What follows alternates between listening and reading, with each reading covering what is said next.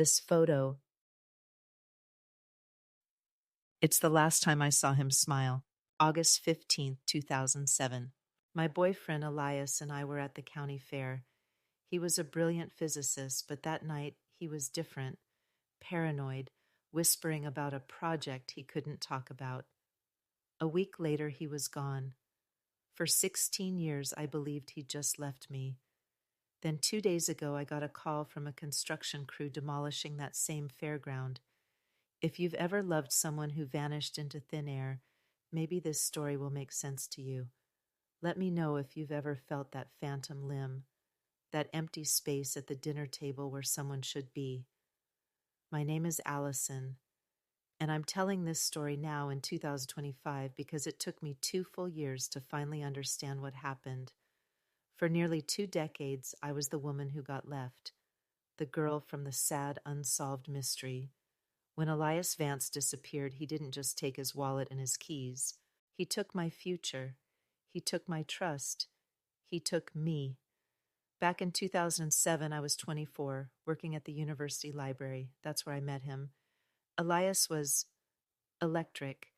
He was a PhD student in theoretical physics, and when he talked about his work, his eyes would light up in a way that made you believe the universe was just a puzzle he was about to solve. He was working on something about energy, something about pulling it from nothing. He called it the Vance Protocol.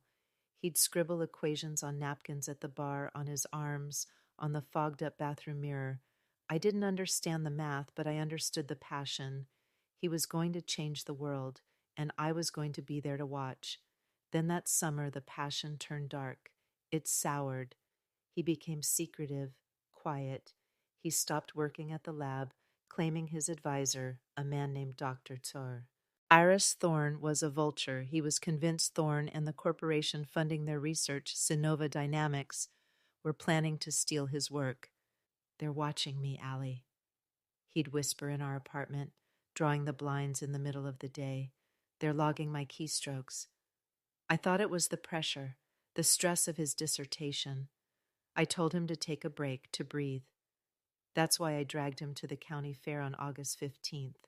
I wanted one night of normal, one night of cotton candy and silly games. I wanted the old Elias back.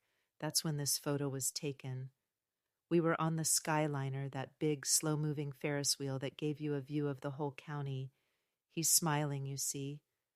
But his eyes, they aren't looking at me. They're looking past me, at the crowd below. He was holding my hand, but his was ice cold. "They're watching," he whispered again, right after this picture snapped. I just squeezed his hand and said, "Nobody is watching, Elias. It's just us." A week later, August 22nd, I came home from my library shift. The apartment was still, too still. His laptop was gone. His backpack was gone. His wallet and keys weren't in the little bowl by the door, but his favorite sneakers were still there. His toothbrush was in the holder. There was no note, no email, no text. The police came. They asked me the questions. Did we fight? Yes, about his paranoia. Did he have enemies? He thought so, but I didn't know. Did he use drugs? No. Did he have money problems? No, he lived on his stipend.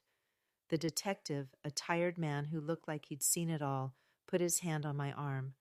"Ms. Scott," he said gently, 99% of the time, when a young man like this vanishes, he wanted to. He wanted to. That's what stuck. The police treated it as a missing person case, but not an endangered one. Everyone, my friends, my family, even his, they all quietly landed on the same simple, brutal explanation. Elias Vance had a mental break, couldn't handle the pressure, and just walked away. He ran away from his PhD, from his life, and from me. The grief was one thing. I could have handled grief, but the anger, that's what defined the next decade of my life. I was furious. I was embarrassed. I was the girl whose brilliant boyfriend was actually a coward. I hated him. I hated him for making me love him, and I hated him for making me look like a fool. Years passed. I moved out of that apartment. I got a new job. I met Mark. Mark is solid. He's an architect. He builds things that stay. He's kind and he's patient and he knows my story. He knows about the box in the top of my closet, the one labeled Elias. He knew I was broken and he loved me anyway. We got married. We had a daughter, Clara. I built a new life, a good life, a stable life. But the ghost of Elias never really left. Every August 22nd, I'd be quiet. Every time I saw a Ferris wheel, my stomach would twist. I held on to that photo. It was the only one I kept. It was my proof that he was real and my proof that he was a liar. He was smiling and he was already gone. Then came October 26th, 2023, 16 years, 2 months, and 4 days after he vanished. I was making dinner for Clara. My phone rang. An unknown number. Is this Allison Scott? Allison Reed now? Yes, who is this? Ma'am, this is Detective Maria Ferris with the county police. This is going to sound strange. We're calling about an old missing person report. A Mr. Elias Vance. The kitchen knife slipped from my hand and clattered onto the floor. Mark rushed in. My face must have been white. What about him? I whispered. We think we found something, the detective said, her voice careful. You were his last known contact. We're at the old fairgrounds, the one off Route 9. Can you come down here? The fairground had been closed for almost a decade. A developer had finally bought it and was leveling the whole thing to build condos. Mark drove. I couldn't feel my hands. I just sat in the passenger seat, staring at my lap, 24 years old again. When we got there, it was a mess of mud, rebar, and shattered concrete. Floodlights lit up a specific spot.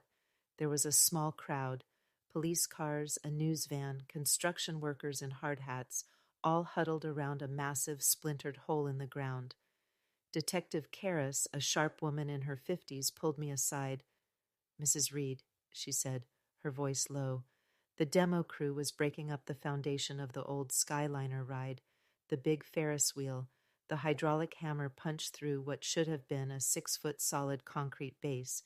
It wasn't solid. It was a room, she pointed. We thought it was a utility vault, but it's not on any blueprint. It's a hollow concrete chamber, about 10 by 10, and, well, you just need to see it. She led me past the tape. They had a ladder going down into the darkness. I went down, my boots sinking into the dusty floor. They had work lights set up. The air was cold and dead. It smelled like dust and cement. And the walls. Oh God, the walls. They were covered floor to ceiling in handwriting, black permanent marker, thousands of numbers, symbols, and equations packed so tightly it looked like a new kind of wallpaper. I didn't need to get closer. I knew the handwriting, the way he looped his Y, the specific sharp angle of his cloud delta, the little dash he used for his 7. That's his, I whispered. My knees gave out. I knelt there on the cold concrete floor. Mark was at the top of the ladder, but he didn't come down. He knew this was my moment. It's his, I said louder to Detective Ferris. It's Elias. I looked around. It wasn't a tomb. There was no body, no clothes, just a single dead flashlight in the corner and a few empty water bottles. This wasn't where he died. This was where he worked. We found your name on the original 2007 report, Ferris said, kneeling beside me. We found his too in the corner. Can you make sense of any of this? I stood up, my hand shaking, and traced the equations. They were everywhere. The Vance protocol. I'd seen bits and pieces of it on napkins for years. Here it was, the whole thing laid out like a map. It was frantic, obsessive. And in the far right corner, near the floor, was one final equation. It was different. It wasn't frantic. It was written clearly, carefully, and it was circled. A construction worker standing by the ladder said, "Looks like some beautiful mind stuff. What a way to go crazy." He wasn't crazy, I said without thinking, and in that moment, for the first time in 16 years, I believed it. He wasn't crazy. He was hiding. I spent the next 2 hours in that hole. The police took pictures, but I experienced it. I walked the perimeter reading his mind, the flow of the math, the frantic scratching, the corrections. This was his sanctuary. He'd built this. He'd come down here in secret, and he'd been finishing his work. The police were treating it as a cold case. Maybe he was killed and dumped, and this was just his prison, but it didn't feel like that. The door was a heavy steel plate, bolted from the inside. This wasn't a prison. It was a vault. Then the university got involved. The police, baffled by the math, called in an expert. And of course, the expert they called was the new dean of physics, Dr. Elias Thorne. I hadn't seen him in 16 years. He was old now, silver hair, expensive suit. He walked onto the chaotic construction site like he was stepping into a lecture hall. Detective Ferris introduced us. "Dr. Thorne, this is Allison Reed. She knew Mr. Vance." Thorne gave me a dismissive, polite smile. "Ah, yes, the girlfriend. A terrible tragedy. Elias was brilliant, but so very unstable." He went down the ladder. I watched him. He stepped into the center of the room, adjusted his glasses, and began to read the walls. His arrogance just evaporated. His face went pale. He walked slowly around the small room, his fingers tracing the marker lines. He got to the final circled equation. He just stared at it. "Doctor?" Ferris asked. Thorne didn't answer. He took out a handkerchief and wiped his face. He looked afraid. "Doctor, what is it?" It's the Vance protocol," he stammered. "It's complete. It's beautiful. I thought it was impossible. He did it." "Did what?" Ferris pressed. "He solved it," Thorne said, his voice a whisper. "The boy solved it." He turned to me, his eyes wide. "Well, what did you tell them?" "Nothing," I said. This is university property. This work, it belongs to the lab," he said, his voice suddenly sharp, his old self returning. Ferris stepped between us. "Sir, right now, this is a potential crime scene. We need you to tell us what this means." But Thorne was already climbing the ladder, muttering about intellectual property, about lawyers. I watched him go, and I knew, the same way I knew the sun would rise. He did steal from Elias, and this bunker, this was Elias's revenge. That night, I went home, but I couldn't sleep. Mark held me while I cried, but they weren't the tears he was used to. It wasn't grief. It was something else. Rage, vindication, and a new, terrifying mystery. He finished his work. So, where did he go? I pulled the box labeled Elias from my closet. Mark just nodded, made me a cup of tea, and left me alone with my ghosts. I opened it. The smell of old books and his laundry detergent hit me. A faded physics t-shirt, a few old photos, and his books. Elias was a physics guy, but his passion was cosmology. His favorite book was Contact by Carl Sagan. I held the worn paperback in my hands. A memory surfaced. A silly, drunken night in our apartment. He was trying to explain cryptography to me. "It's all about keys, Allie. You just need a key nobody else has." He'd grabbed Contact and scribbled something on a notepad. 112.48. Page 112, line 4, word 8. That's universe. See? Our own secret code. We'd used it for a week, leaving stupid, sappy notes for each other. 50.1.1. 300.2.5. Love. 2.10.3. You. My heart started to pound. I grabbed my laptop and pulled up the photos the police had sent me, the high-resolution shots of the walls. I scanned them, equation after equation. It was mostly math, but not all of it. I'd been so focused on the equations I hadn't seen the anomalies. Here and there, sprinkled amongst the physics, were circled prime numbers. 7, 13, 41. They didn't seem to fit the math around them. They were just there, but they weren't random. They were in groups of 3. 112, 4, 8. My breath caught. I found the first set. 50. I flipped open my copy of Contact. Page 50, line 1, word 1. I found the next set. 3172, page 31, line 7, word 2. M. My hands were shaking so hard I could barely type.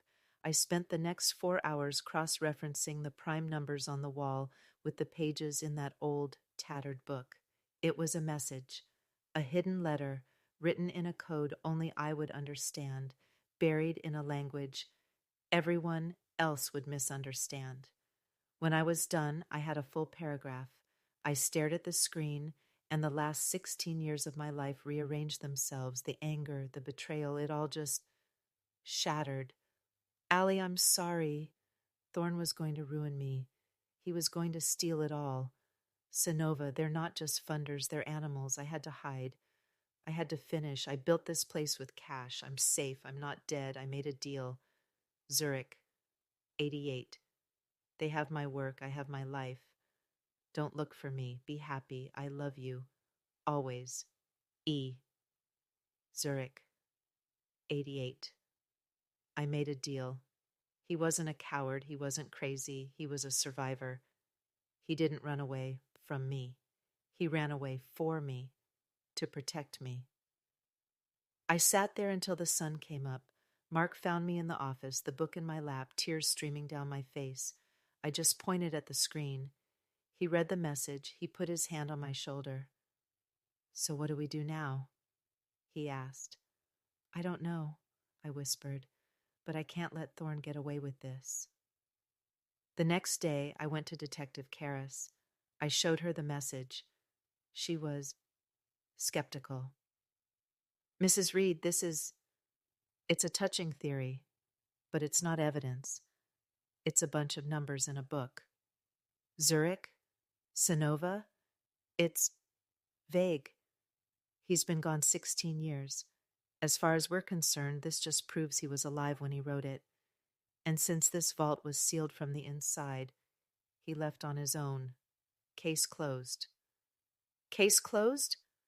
I was shaking with anger. He was in fear for his life. His professor, Eris Thorne, threatened him, and now that man is the dean. Ma'am, I understand you're upset, but there is no crime here. Mr. Vance is an adult. He is, or was, free to go to Zurich or Timbuktu. We're done here. I walked out of that police station feeling more alone than I did in 2007. Then it was grief. This was a different kind of fire. It was justice. I knew I couldn't do it alone. I was a librarian. What was I going to do, take on a multinational corporation and a university dean? So I found someone who could. I spent a week researching. I found a podcast. An independent investigative journalist named Ben Carter, who specialized in tech thrillers, corporate espionage, and cold cases. His tagline was, "The truth is just a story that hasn't been told yet." I sent him an email. I sent him the photo from the fair. I sent him the photos of the bunker walls. And I sent him the decoded message. He replied in 10 minutes. I'm in. Where do we meet? Ben Carter was the opposite of Elias. He was scruffy, cynical, and lived on stale coffee and adrenaline. He met me at a diner, and I laid it all out. He listened, his eyes bright, never interrupting. When I finished, he just nodded. Okay. So, Dr. Thorne is the bad guy, Sonova Dynamics is the big bad, and Elias is the ghost. He's not a ghost, I said. He's in Zurich. Right, Zurich, Ben said, scribbling in a notepad. First, let's prove the bunker. You said he built it with cash. For the next 2 months, Ben and I became partners. My husband, Mark, was a saint. He watched Clara. He supported me. He just said, go, find the truth. Ben and I went to the old fairground. The construction site was now just flat dirt. The bunker was gone, filled in and paved over, but we tracked down the original owners of the fair, a family business. The son, a man in his 70s, was living in a retirement home. We brought him an old photo of the fairground. Oh, yeah, the Skyliner, he chuckled. My dad was so proud of that ride. 2007. We're interested in the foundation, Ben said. Did you ever pour a utility bunker, an observation pit? The old man's eyes lit up. You know, I remember that. Strange as all get out. This kid, a university kid, came to my dad with a roll of cash, $1,000 bills, said he was doing a geological survey, something about subsurface harmonics, said he needed a small, dry-sealed observation pit built into the foundation of the new ride. Said the ride's motor vibrations were part of the experiment. My dad thought he was nuts, but cash is cash. We just built the forms to his specs and poured the concrete right around it. Never saw the kid again. Ben looked at me, a tiny smile on his face. Step 1, complete. He planned it. Next, Sinova Dynamics. Ben was a digital bloodhound. Sinova was, on paper, a quiet Swiss holding company. But they had a research division, a very, very private research division in Zurich. They specialized in energy. And guess who got a patent in 2008, Ben said, turning his laptop to me. A novel method for energy capture. The patent holder, Sinova Dynamics. The lead researcher, Dr. Eris Thorne. He did steal it, I whispered. Well, he stole part of it, Ben said. I've had an energy expert look at this patent. It's incomplete. It works on paper, but it's not efficient. It's a dead end. It's almost like he only had the first half of the equation. And Elias, I said, my mind racing, had the whole thing on the wall. Exactly, Ben said. Thorne stole the research. Elias, knowing he was beaten, retreated to his bunker, finished the work, and then what? He made a deal, I said, quoting the message. Zurich. 88. What's 88A? Ben wondered. I don't know. A code? A bank? A safe deposit box? Maybe, Ben said. Or maybe a flight. Ben dug into flight manifests. August 2007, Elias Vance was on no international flights. Eris Thorne, however, he flew to Zurich on August 29, 2007, just 1 week after Elias vanished. He flew there to present his stolen data. But we were still missing the key. How did Elias get out? How did he make a deal? We were stuck. For almost a year we were stuck. Ben published a few veiled articles about Sinova, hinting at corporate theft, but we had no smoking gun. Dr. Thorne was promoted to vice provost at the university. I had to see his face in the paper. I was back to being the crazy ex-girlfriend with a conspiracy theory. Then last year, in late 2024, Ben got a break, an anonymous email. I read your article on Sinova. You don't know the half of it. I was there. I'm retired. I'm safe. I can talk. We met the man, a former Sinova engineer, in a hotel bar 2 towns over. He was nervous, but he wanted to talk. He was the one who had managed their acquisitions team. We didn't just buy companies, he explained, stirring his drink. We bought minds. Thorne was our talent scout. He'd find the next big thing. We'd wine and dine them and acquire their research. Most they were happy to sell. But this Vance kid, he was different. He was a true believer. He didn't want money. He wanted to change the world. Thorne told us the kid was getting difficult. He was going to try and publish open source. We couldn't have that. The plan was to discredit him. Thorne was going to file the patent first, and we'd leak rumors that Vance was unstable. It would have buried him. So you stole his work, Ben said. Thorne stole it, the engineer corrected. He brought us the hard drives from Vance's lab computer. We were happy. We flew Thorne to Zurich, paid him his finder's fee, and he got his patent. We thought it was done. But it wasn't, I said. The engineer looked at me. No, it wasn't. A week later, our CEO gets a package, a burner phone. It rings, and it's Elias Vance. He's alive. He's funny. He's calm. He says, "Gentlemen, I believe you have something of mine, and I believe you've discovered it doesn't quite work." Our guys in Zurich, they were panicking. The data Thorne gave us was a mess. It was incomplete.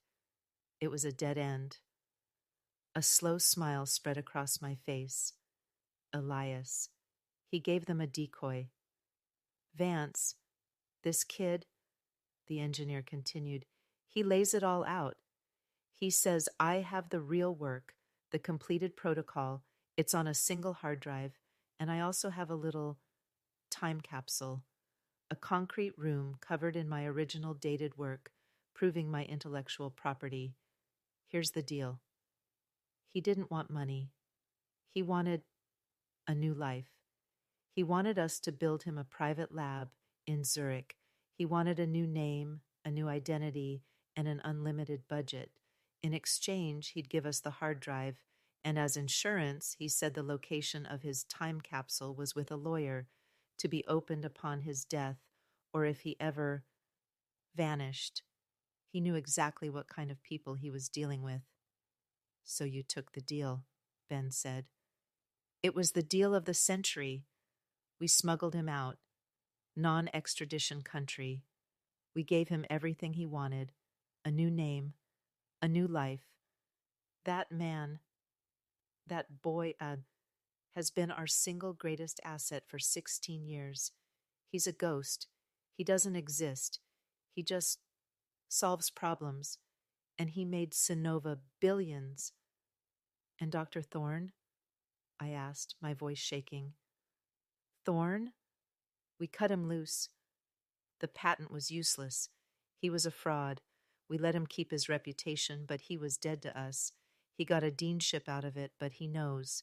He knows the kid won. The engineer finished his drink. I'm telling you this because, well, I'm old. And I read about that bunker being found. That was his insurance. He must have known it would be found someday. It was his checkmate. He was sending a message. To you, I guess. He was telling me he was safe. He was telling me he won. The drive home, I was silent. Mark was waiting up for me. I walked in and he just looked at me. You found him, he said. I did, I said. And I told him everything. That was 6 months ago. Ben Carter, using the whistleblower's testimony, published the whole story. He never used Elias's name. He just called him the ghost of Protocol 88. 88. It wasn't a flight. It was the project number Sonova assigned him.